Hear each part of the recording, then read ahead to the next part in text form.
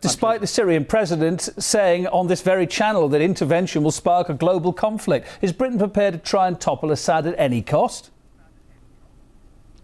No, I don't think so. And I think there may be another problem on the horizon, and that is the nature and quality of this so-called agreement that was patched together by very disparate factions with different ideologies, economy, ethnic backgrounds. So I think that unless there's a real agreement that holds, and this is very problematical, this one, this new one so far, that I don't think, I don't see Britain doing more than talking. You know, it comes out, Cameron, every couple of weeks or so with another announcement. But no, I think the question is going to be what comes out of today's so-called agreement. Will it last? Will it endure? I think that's going to set the stage to the path for the future. I want to get back to Britain in a minute. OK, well, we're at it. Let's talk about the SNC and where the SNC, the Syrian National Council, is at the moment. It says, as I mentioned, that it's united the opposition now into a broader coalition. Crucially, though, will they be able to win back the support of activists they appear to have lost inside Syria?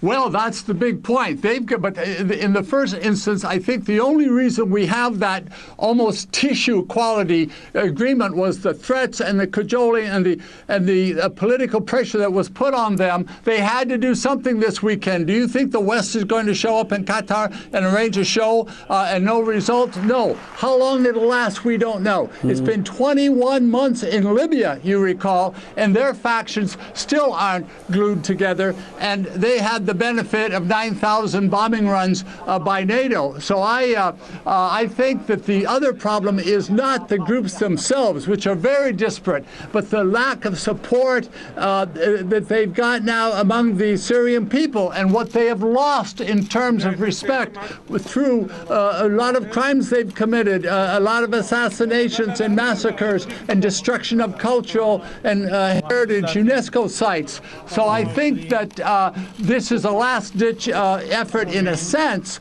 to try to put together viable opposition, and only time will tell if it's going to stick together. If there was an outside intervention, would Syria be able to repel a military intervention by conventional means, or, crucially, would Damascus be forced to use those chemical weapons it has threatened to use against invaders previously? Well, it might be tempted to, but I trust the Russians on this.